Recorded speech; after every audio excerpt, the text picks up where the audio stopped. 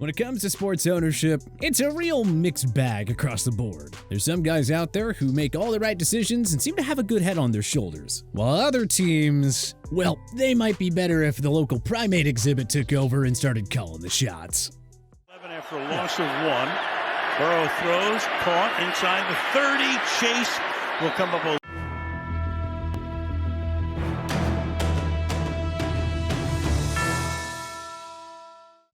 Look, there is simply no way of running a successful sporting franchise if the highest of higher-ups aren't doing their jobs right. Smart, competent, and steady ownership is the starting ingredient for being a constant winner in the pro sports world. The opposite of smart, competent, and steady ownership is the key to being a constant loser. So, with all that being said, here's a dive into the 5 best active sports team owners as well as the 5 worst. Best. Robert Kraft. Love or hate the New England Patriots, this much is undeniable. As far as team management and on-field results go, Kraft is the golden standard of professional sports owners. Kraft saved the Patriots from relocating to Hartford in the 90s. He also succeeded in getting them a much-needed brand new home field in Gillette Stadium. And this was only the start of his Patriots ownership story. Kraft poached Bill Belichick away from the rival New York Jets in 2000, and it turned out to be the ultimate turning point for the Patriots. That very same year, they drafted some guy named Tom Brady in the 6th round. 19 years later, the super trio of Kraft, Brady, and Belichick celebrated a 6th Super Bowl championship. Kraft is the cream of the crop for owners because he stays out of the way and just lets Belichick do his business. He's not all hands-on. He simply trusts the hooded genius to run his business, and that's only helped the Patriots form the greatest dynasty of the Super Bowl era. Belichick does the work, Kraft writes the checks. There's no way the Patriots would be a dynasty without Kraft's brilliance. Could you imagine if the Patriots were run by Dan Snyder all of this time instead? He probably would have fired Belichick after a Super Bowl championship season. Truthfully, there really isn't a much better owner in the sporting world right now than Mr. Kraft. Plain and simple. Worst. Dan Snyder. Oh boy, where do we even begin here? You see, Dan Snyder is everything a sports owner really shouldn't be or do. And quite frankly, it's disgraceful that the other NFL owners haven't worked together in forcing him out. Snyder showed zero remorse for the many sickening and disturbing harassment scandals and the other serious allegations that have plagued his franchise. He and his wife simply played the victims instead. He briefly banned signs at Washington home games because, of course he did. He only changed the team's offensive team name because the club's many prominent sponsors left him no other choice. He has clashed with almost every single coach he's hired. But yet, he let Bruce Allen run the front office for a decade even though he had a horrible track record in drafting and free agency. And shall we mention him totally ignoring the fact that Washington home games are often invaded by the visiting team's fan bases? Look, Snyder simply doesn't care about anyone but himself. He doesn't care if the team is a laughingstock, he doesn't care if he's losing money through ticket sales, and he doesn't care if he's viewed as the ultimate NFL villain. Dan Snyder only does what is best for Dan Snyder. How the league has let him run a once proud franchise into the ground for more than 2 decades is mind-boggling and absolutely beyond us. Best. Joe Lacob. Lacob was a minority owner of the Boston Celtics franchise before he fronted a group that purchased the Golden State Warriors franchise for $450 million in 2010. Now, the Warriors were among basketball's worst franchises under previous owner Chris Cohen. From 1995 to 2012, Golden State had only made the playoffs once, but everything changed for the better after Lacob came to town. Lacob hit the jackpot though when he hired Bob Myers for the assistant GM role in 2011.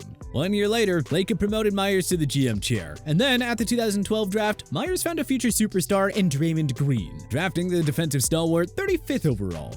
Green joined a core consisting of 2 other future legends in Steph Curry and Klay Thompson. Lacob and Myers found the final piece of the puzzle in 2014 when they hired Steve Kerr as the new head coach. Fast forward 8 years later, and the Warriors had reached 6 NBA finals and won 4 championships. It seems to us like this Lacob guy knows who to hire and how to manage. And of course, he happily opens up his wallet whenever it's time for Golden State to pay its big stars. That is some grade A ownership if you ask us. Worst. Alex Meruelo.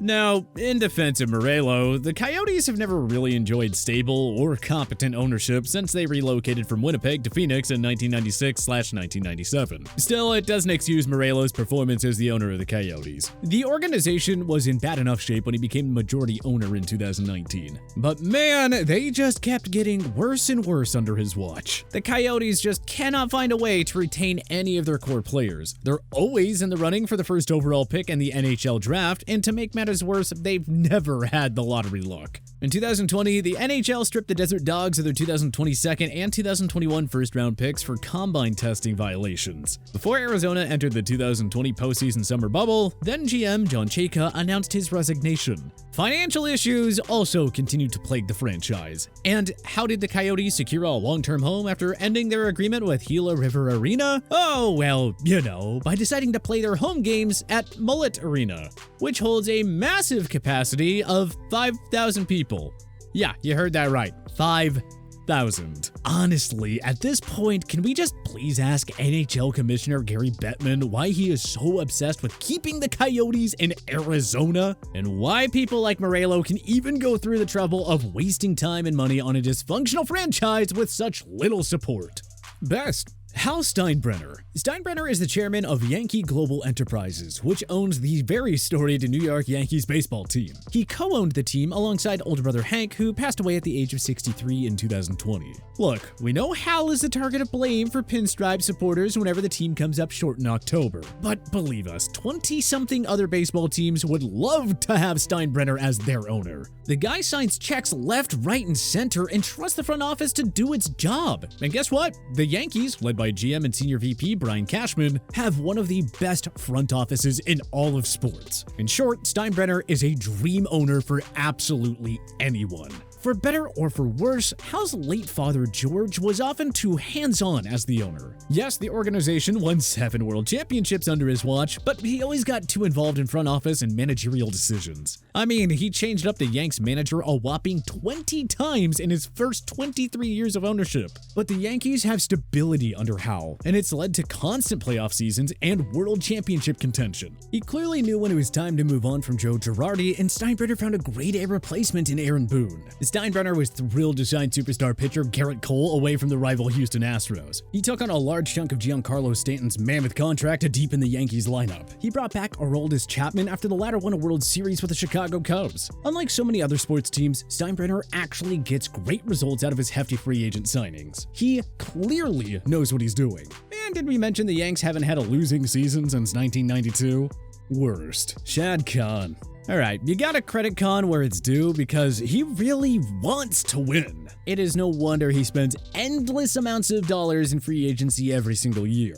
But when the results never show, the blame starts at the top. A lot of GMs and coaches dream of working under an especially wealthy owner like Khan who will spend as much money as possible. And he's also a genuinely good guy who displays great patience towards his higher-ups. But unfortunately, that's not necessarily a good thing in the case of the Jacksonville Jaguars. David Caldwell got 8 years in the GM chair despite just 1 winning season. Doug Marrone got to coach 3 straight losing seasons after the team's surprise 2017 AFC Championship game appearance. And the Urban Meyer hiring was a total disaster. The only positive? Khan didn't wait until the end of the 2021 season to fire him. Throw in the Jaguars' many horrible free agent signings and draft mistakes, and it all adds up to Khan being one of the worst owners in all of sports. Best. Jeff Vinik. When you're the owner of a small market and non-traditional NHL franchise that went from irrelevant to the league's model of excellence, yeah, you've done your job pretty well. 2004 Stanley Cup championship aside, the Tampa Bay Lightning were a mess for most of the 21st century. But when Vinik purchased the team for the bargain price of $170 million, the next decade plus of hockey changed forever.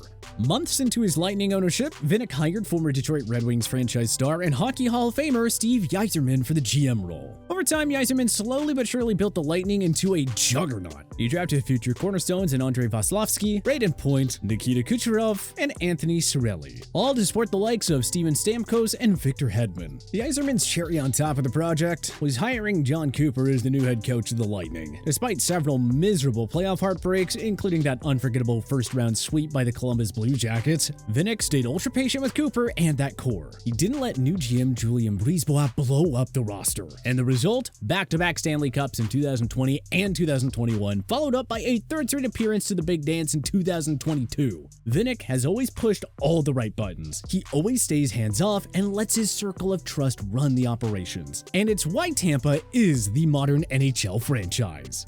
Worst. Arte Moreno. Yes, Moreno detailed his plans to sell the Los Angeles Angels baseball franchise during a miserable 2022 season. But until the Angels officially have a new owner, Moreno remains on this list. The reason is rather simple. The Angels have made the playoffs just once, despite owning a generational star in Mike Trout. And somehow the franchise only got worse after adding another generational talent in two-way sensation Shohei Ohtani. I want you to think about that for a minute. Moreno purchased the Angels from the Walt Disney Company in 2003, less than a year after the franchise won its first World Series championship. The Moreno era was once promising, with the team winning division titles in 2004, 2005, 2007, 2008, and 2009. But boy oh boy has it been all downhill ever since. Moreno was way too loyal to longtime manager Mike Scioscia, who only got the team to the postseason once from 2010 to 2018. The Jerry Dipoto and Billy Epler GM hirings both flopped, as did the decision to bring in Joe Madden as the team's new manager. Notorious for being way too hands-on, Moreno wouldn't even let the Angels trade Ohtani ahead of the 2022 deadline, even though they could have gotten a king's ransom and even though they were way out of the playoff race. Throw in the epic fail free agent signings that were Albert Pujols, Josh Hamilton, CJ Wilson, and Anthony Rendon, and yeah, it's easy to see why Moreno understands his shortcomings and is giving up ownership. Best, Stan Kroenke. When you win a Super Bowl and a Stanley Cup 4 months apart as a sports owner, you're obviously doing a lot right. Okay, maybe it's unfair to list Kroenke here because he lists a million sports teams, so that obviously means his chances of winning are much higher. So we'll only focus on his ownership of the Colorado Avalanche, Los Angeles Rams, and Denver Nuggets. Now, the Rams were a laughingstock for over a decade before Kroenke and GM Les Snead hired Sean McVay as head coach in 2017. The next half-decade consisted of 5 straight winning seasons, 4 playoff appearances, 2 NFC championships, and of course, a Super Bowl 56 victory. 4 months later, Kroenke's Avalanche defeated the dynastic Lightning in the Stanley Cup final to claim their 3rd championship in franchise history. Turns out Kroenke was a genius for letting Joe Sakic run the operations and by remaining patient with a core that suffered its fair share of postseason shortcomings. Oh yeah, and the Nuggets are fun and relevant again, with Nikola Jokic leading the way. Perhaps it's only a matter of time until Mr. Kroenke celebrates an NBA championship as well. I wouldn't bet against it. His track record is this: a pure winner in the sports world. Worst, James Dolan. Dolan is the executive chairman of Madison Square Garden Sports, which owns the NHL's New York Rangers and the NBA's New York Knicks. The Rangers are on the up again after a short and sweet rebuild, so we won't critique Dolan's ownership there. He's strictly on this list because of his failed tenure as the owner of the Knicks, who were once a proud franchise some decades ago. The Knicks have been a perennial loser under Dolan. He wasted money on big-name head coach/executive hires in Isaiah Thomas, Larry Brown, and of course Phil Jackson. If your team is a mess with those iconic basketball figures as your leaders, then you're obviously failing as an owner. Joakim Noah, Allen Houston, Eddie Curry, Amari Stoudemire, the list of big names who signed lucrative free agents under Dolan's ownership only to flop just keeps on growing. I mean, what more can we really say? Knicks fans deserve better. A lot better.